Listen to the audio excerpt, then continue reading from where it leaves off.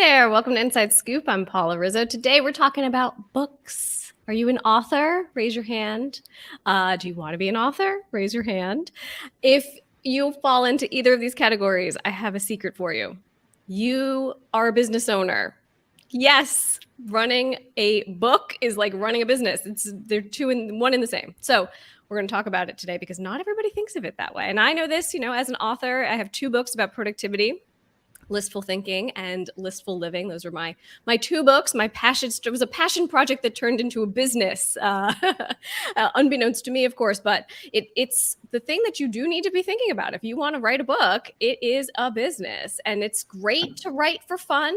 But if you want to be a professional author, then you really have to have some business know-how. And I have a great guest today who I'll bring on in just a moment to give us all the ins and outs of this. And don't worry, if you're an author and you're like, hey, I didn't master this yet, it's cool. We're going to tell you all of what you need to know in just a minute. But first, I have a free resource for you that I think will be helpful for you to get your message out into the world in any capacity, in media. We talk about media. My background is as a television producer, of course. But media now is anything, right? Any kind of media you want to do. This show is a form of media. So if you want to do your own podcast, you want to do your own videos, I have a checklist to become a go-to media expert where I share all kinds of tips and tricks on video and presence and how to get out there in a bigger way. If you go to paularizzo.com/checklist, and there's a QR code there. We're very, very high tech on this show now. So if you check out that QR code, you can just click it. If you're watching this on your phone and you're like, how am I supposed to do this? Just take a screenshot of this right now, and then you can go back into your camera roll and then you can click on it from there. That is the way around it. We made sure to find out for you because I had questions too. I was like, how does this work exactly? But you're all hooked up. I'm also a LinkedIn learning instructor, and so I have several courses all about how to get things done and how to be more productive and efficient. So there's a QR code for that too, but you could also go to linkedinlearning.com. That's just one of the 6 courses that I have on LinkedIn that you can check out right now. And I want to hear from you throughout this broadcast, whether you're watching live right now or you're watching the replay. Leave your questions below. We're going to be checking this out. So put this in the chat box below. Let us know what your questions are, or tag a friend, tag someone who you think might benefit from this conversation, someone who maybe has been talking about a book that they've been wanting to write for a really long time. Well, this is the conversation that they need to be in on. And without further ado, I want to bring on my guest. Jane Friedman is an author, a publishing industry expert. Thank you so much for being here, Jane. My pleasure, Paula. And you literally wrote the book, The Business of Being an Author. Yes, I did. So you know more than anyone else that this is an actual thing. Why do people get this wrong? Well, there are a lot of myths surrounding the writing and publishing world. But I think largely there's a taboo around discussing the money. And a lot of authors don't like to talk about often how little they were paid or how little they sold. And so there's this just very difficult curtain that comes down. It's hard to pierce through that veil. That's interesting. That's it's perspective, right? And so, in the entrepreneurial world, I found people love to talk about money. They love to talk about how much they charge. They love to talk about how much they made. They love to, corporate America, not so much. And also authors, not so much. So it's sort of like a cultural thing. Oh, very much. I see authors on Twitter complain frequently that someone asks them how their book is doing, like in terms of copies sold or financially, and they're very offended. They feel like it's like inquiring about someone's salary. Yes. And what is the truth, the actual, like, what means a book is doing well as far as how many books are sold every year? Do you have any stats on that as far as like, most books sell, what is it, like 250 books total or something crazy? Well, the big statistic that was shared recently in the New York Times was that 98% of books published don't sell more than 5,000 copies. Ever. So, yeah, ever. Mm-hmm. So that, I think, puts it, but those are the facts. That puts it in stark relief for you. Mm-hmm. Yeah, for sure. And the pandemic has happened, and it had a huge impact on every industry, but particularly the book industry. So how are things different now for authors and for writers than ever before? Well, it's a story of paradoxes because sales have never been better. In fact, the industry grew 10% in sales in 2021. since we've been tracking sales in the industry, which actually hasn't been that long. I think if you go back to the 2005 is when we started looking at this methodically. 2021 is the best year on record since we started looking. However, if you take a look at the publishers and what they're investing into marketing or what they're investing into their mid list, you hear a lot of disappointing stories. So, the profits aren't necessarily being evenly distributed. Then the other issue that's paradoxical here is that as we're seeing these increased sales, we have supply chain issues. Right, so books are not getting there. Yeah. So this isn't unique to publishing. There were actually serious issues with supply chain before the pandemic related to paper supply and printers, and all that was just exacerbated by the pandemic. So books are getting pushed back. Costs are increasing pretty significantly. And, that is currently playing out.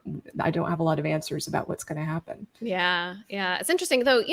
One of the things that came out of this is a lot of virtual events, which I love. And I've always loved virtual events. Obviously I love video and I've been doing this for a very long time. And when my second book, Listful Living, came out in 2019, I did a virtual launch. I did an in-person launch too, but I did a virtual launch because I was like, hey, this is a fun tool and it's a great way to have people who are not in New York City, if that's where I was doing it, to be a part of it. And so I've long loved the virtual event. The book industry, I think they embraced it, but now they're going back to in-person again. Yeah, it depends on which way you look. There are a lot of different attitudes towards this. I would say that right now I'm seeing a hybrid model for maybe the majority. There's a mix of in-person and virtual. And I think we'll probably continue to see that because some people were just so grateful for the accessibility of online events. These are people that might not have been able to leave home because they're caretaking or because of health reasons or because, they didn't have the money to go out or travel or go to conferences or events. So I think you're going to see bookstores, publishers, and authors continue to do a mix. Yeah. But I know everyone is very eager to get back in bookstores and having contact with readers. Yeah, for sure. And that's where the magic happens in the bookstore, where you get to see, oh, I like that book. Oh, look at that cover. You don't get to do that when we're just doing it here, on Zoom or whatever it is. What about the business model here for authors? Because a lot of people think oh, it's you think of the struggling author or the person who has that book that they always wanted to write and they never did. But what is the reality? What could it look like, or what should it look like for an author? Well, the truth is most authors don't make a living on book sales alone unless they get some kind of amazing advance. And even then, advances are split into 3 or 4 parts and the agent takes 15% and then there's the taxes. So you're not usually left with a living wage, even if you get a really impressive advance. Even if your book sells really well, you're getting a royalty off of that. And sometimes the royalties are less than what authors might expect. So, your average $25 or $30 book, an author might be earning $2 or $3 off that. That's just ballpark. I'm not saying it, it could be lower, it could be higher. So you have to sell a lot of books, and that's after you earn out your advance. And I would say 70 to 80% of books don't earn out the advance. Wow. That is a huge number. Yeah. Wow. Yeah, that's something for people to think about too. If you're a first-time author and you're looking for a book deal and you really want to get your book out there and you're waiting for that huge advance, think about it because you're going to have to earn that out. Maybe you get a smaller advance and you earn it out faster. Yes. There are a lot of different strategies there. Agents certainly like the larger advance because it means a commitment from the publisher to, see books sell in order to recoup that investment. There's no right or wrong strategy, but I would say that it's great when you can earn out, and it tends to make the publisher, more eager to work with you on the next book. For sure. And that's the whole thing. It's a partnership here, and to be able to have a sustainable long-term career as an author, it should not be one and done. There are a lot of people out there teaching courses and things about, how to use the book to do multiple things, speaking and things. And that's great. It will get your foot in the door for those things. But if you do want to create a career and make money from your work. What advice do you have for writers? I would say it differs a lot between nonfiction and fiction. Mhm. Nonfiction writers usually have a lot more options, or it's easier to make that connection between book and then some other profitable side business, whether that's speaking or consulting or offering online classes. Sometimes the book becomes the business card to get the great clients, or business, just any sort of business opportunity. Sure. For fiction writers, often you have to be more creative. It often involves reader engagement or knowing who your readers are. Patronage. So there are lots of ways now to have patrons, like literally Patreon. It's right there in the name. Ah, yes. Getting readers to pledge every month to support your work in exchange for accessibility or, um, you know, chats with you, the author, or other perks. There's something called now the creator economy, which is nice in one regard, in that you see all of these social media sites and other platforms trying to find ways to reward people monetarily for being active on their platforms. Hmm. So that's the good part. But these companies aren't altruistic, Right. and it's shifting sands. They're always changing the rules around. But nevertheless, whether it's YouTube or Instagram or Twitter or Facebook or any other number of sites, there are ways to make your activity pay off. And this is like, I'm just talking about like ground level. There are, of course, other advanced strategies. Yeah, for sure. And there's the offshoot of the book. I mean, you and I have both done this in our careers. We have online courses that we teach. We speak. I do a lot of consulting and things like that. So we have used the book to be able to then leverage other parts of our businesses and our careers. People don't always think of what else after that. Like, what will you do with the readers that you have? Like, they read the book, cool. And then what? What's next for them? What else can you give them? So that might be a good exercise for people to sort of think through as they're thinking about writing a book. Yes, I think every author has a demand curve. And so you want to think about populating that demand curve at every possible point. So on one end of the demand curve, there'll be lots of people who are very willing to take something you offer for free or for 99 cents or for a few bucks, like an ebook. Yep. And then at the other extreme of the demand curve, you've got, the private dinners and lunches and retreats and things where people want that access and that time with you for whatever reason. Wonderful. Well, we have a super fan in the audience, Miss AJ Harper, a friend of mine and yours, and she's thrilled. She's also been on this show before, so check back to the old archives to find her to find her episode. But she says, "So glad, love Jane, Paula. So glad you're having her on. I refer many of my students to her query classes." And yes, you teach many classes, query classes, how to write a proposal. I have been a student of your class. I told you this earlier. I took a class on how to write a proposal, a query letter, it is called, right? A query letter for fiction. Since I do have nonfiction books, I'm now learning the ropes of what fiction means and how you do that. And Jane has been an amazing instructor. So if we're going to show you how to get in touch with Jane to get on her email list. Actually, Allie, can we pull that up? Allie is my producer in the background. There's a QR code for this. So if you can get on Jane's newsletter, it is a fantastic newsletter that she sends out. Is it every other week, once a month? How often? Yeah, every other week. Every other week. Yes, I'm on this list every other week. And she tells you all about the different classes that she has, which have been very, very helpful. And she has guest instructors and people who teach other pieces of the book and writing industry. That is just really great. So get on the list for sure. And AJ, thank you for watching behind the scenes there. Appreciate that for sure. And I want to talk a little bit about fiction because, we mentioned nonfiction, and it is very easy for nonfiction authors to then leverage the books and get the speaking and, but fiction authors might not want to do that. So what is if you're not, Dan Brown and you're not making tons of money off these books, what do you do? Well, it depends on where you think your strengths lie. The fallback for many fiction writers and poets and memoirists has been teaching, teaching what they know, teaching the craft, like in MFA programs or more informally through community centers. So there's the teaching piece. Some are very talented editors, copy editors, copywriters. And so you'll see a lot of authors put out their shingle as a service provider for other authors because they just excel at this thing that they do, and then they can help others. And I mentioned patronage. I think there are some authors who are quite good at giving like access to short stories or works that they're working on in between the bigger projects, and then they give their ardent fans, access to that before anyone else. So that's another thing to think about, especially if you're a very prolific writer and maybe you're not, maybe your publisher can't use all of the material that you're generating, but maybe your readers would love to have it and they're willing to pay for it. Interesting. That's a good move. I like that. Let's talk a little bit about self-publishing versus traditional publishing. I get this question a lot from media training clients. I work with lots of authors. I love working with, authors at any stage of their career, but I really love the first-time authors because I feel like I can give impart so much wisdom from my own publishing journey, and also those that I've seen of others.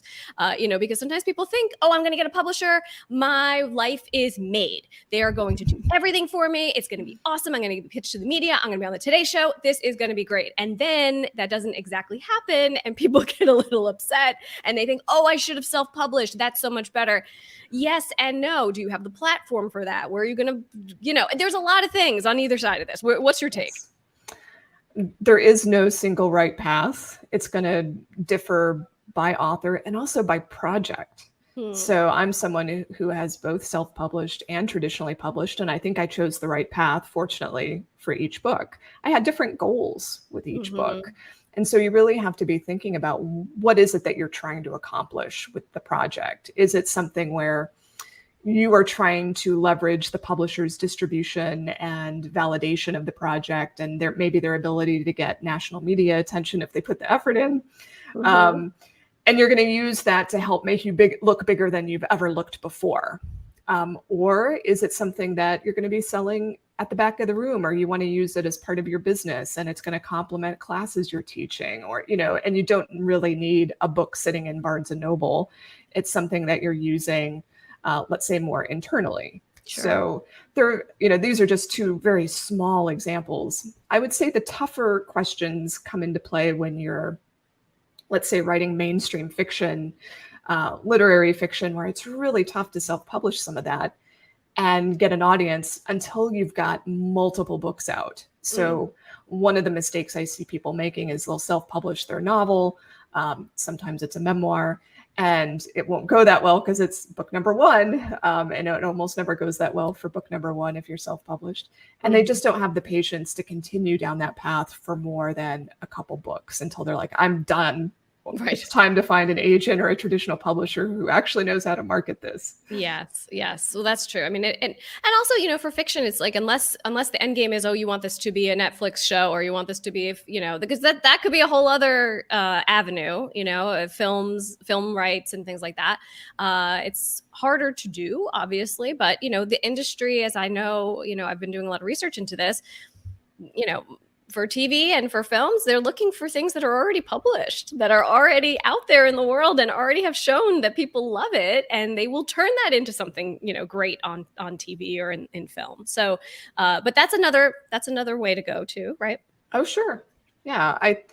There has never been more intellectual property and publishing picked up than in the last few years, because of the surge in streaming, and everyone's, trying to build up their library of original content. It's also true on the audio side. So audio originals and podcasts, you've got Audible and Spotify and, oh gosh, I'm blanking now on the other companies, but you've got a lot of people competing against one another for audio content. Yeah. So that's another avenue too. There is a lot of places to put your stuff and repurpose it, and different audiences. People learn things differently. People hear things differently. So there's definitely a lot of opportunities out there. You and I are both members of a wonderful organization called Women's Media Group, and it was started here in New York City. And I've been a member for many years. I mean, I think 10 years. I've served on the board. It's been a wonderful, wonderful part of of my life. And you are a newer member, so welcome. Thank you. And we do have a member who has a question. So I'm going to bring that up. It's from Carol Honig, who is a Women's Media Group member, long-term member. And also she had a wonderful book shop on Long Island for many years that has since closed. And I did a book signing there for my first book, Listful Thinking. So thank you again, Carol. It was lovely. So here's her question. She does wear many hats in the publishing world, but her main love is being a novelist, which is where she makes the least of her money, she says. If my agent cannot get a traditional book deal, which is being considered by one right now, he suggested pitching to one of the imprints from Amazon that offer advances. Oh, that's interesting. I didn't even know about that. I pretty much begged him not to, since I'm a big proponent of brick and mortar bookstores. I mean, she owned one. Of course she is, right? Would it be foolish to turn down the possibility if he cannot get me a traditional publisher? What do you say? I wouldn't say it's foolish, because I think if your values don't align with Amazon's, and some, I think that's probably true with so many authors, you feel a little uncomfortable giving them business when you know what they're doing to the greater literary and publishing community, especially independent bookstores. That said, I find that Amazon really understands how to market and promote books to readers in a way that traditional publishers still can't. So what's going to happen is likely you're just going to see an amazing amount of customer reviews and uptake because of Amazon's power, like through its various programs, through Kindle Unlimited, through Amazon Prime. You're just going to see probably an increase in the exposure for the book that you publish for them, which hopefully, if you have other novels traditionally published, there's going to be this effect where you see those get more attention. I think where it can become challenging is I've heard it's tough for authors who've moved to Amazon publishing to move back to another publisher because, Amazon tends to sell at lower price points for digital editions. And so traditional publishers can just be, it's very different to sell you now, because now people are trained to pay their whatever it is for Amazon ebooks rather than our $10 or $12 for an ebook. So that's maybe the one, I don't know if I'd call it a warning, but if you're hoping to go back, you might find that traditional publishers don't see the Amazon success in the same way, even if you've sold more copies than you ever did prior. Interesting. Very good. Excellent insights there. But you might love it, Carol. Who knows? I should say that almost uniformly, authors say they got better treatment from Amazon than from their traditional publisher, like immediate responses, careful editorial and design work. So I can say that you'll probably be treated well, even if you don't like the company's practices otherwise. Yes, exactly. Can you bury that deep down, Carol? I don't know. But Carol says, it was wonderful. Thank you for this. Thanks, Jane. Wonderful. Fantastic. That is great perspective, because there's now so many more ways to publish and so many more ways to partner with people. And there's a hybrid model, that some people do as well. So you have the backing of a big publisher, but it's a self-published model. There's a lot of ways to do this. There's a lot of ways to get your content out into the world. And if you're watching and you have questions, leave the questions below. We will get to those. And Jane, I want to ask about particulars. So you've got a book. Let's say you've got a book deal. What do? Do you just open a different bank account? What should you do to start your business of this book? So what I would recommend is having separate accounting and bookkeeping and finances and accounts, et cetera, whatever needs to be done to separate the personal from whatever your author career, whatever's happening on that side, even if you feel like you're not earning enough to make it worthwhile. It's just so much cleaner at tax time. Now, you don't have to establish an LLC. You can remain a sole proprietor. The decision on that's going to vary state to state, and with your others, everyone's situation is very personal in this regard.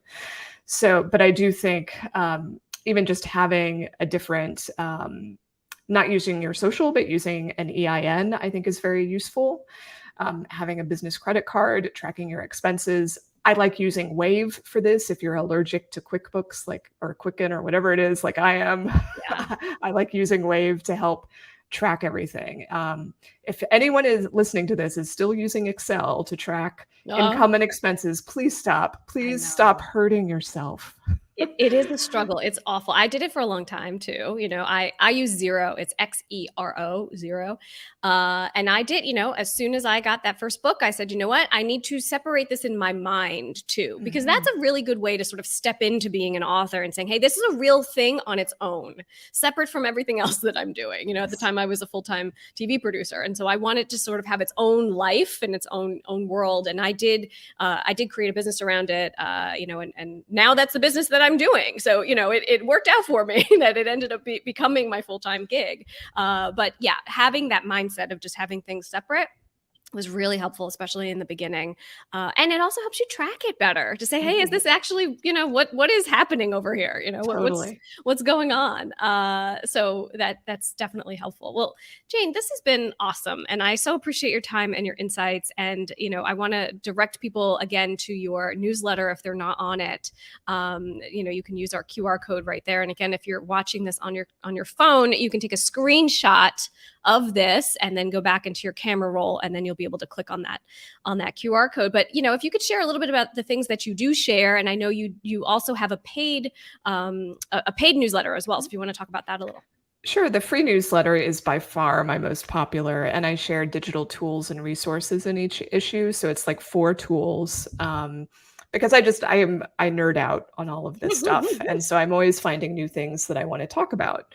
And there are some other bits and pieces in there. I start with usually a personal anecdote of some kind, and then reader suggestions. Then I have a paid newsletter that's very much like industry wonk stuff. So if you love hearing about how authorship has changed during the pandemic, you'll love this newsletter. I talk a lot about marketing and publicity strategies at traditional publishers and for self-publishers, trends in the market, that sort of thing. Fantastic. Well, wonderful. Well, thank you. I hope everybody gets on there. I know somebody who's going to, AJ Harper. She's a big fan. Again, she says, thanks, Jane. We haven't met, but I'm a big supporter of yours. And thanks, Paul. You always have great guests. Yes. Thank you. Thank you. Thank you, AJ. Thank you, Jane. To be continued. I'm sure we'll have much more to talk about in the days and years to come for sure. Indeed. Yes. Thank you. Yes, of course. And to all of you, thank you for watching. Leave any comments, questions below. If you're watching the replay, we will get to you for sure. Send this to your friends who you think might need some of this info. And again, if you go to my website, you can check out my checklist to become a go-to media expert. If you go to paularizzo.com/checklist, or you can use the QR code because we're very cool like that now. This is our new thing. We love QR codes. We're very hip and savvy on this show. So thank you for watching, and I look forward to seeing you next time.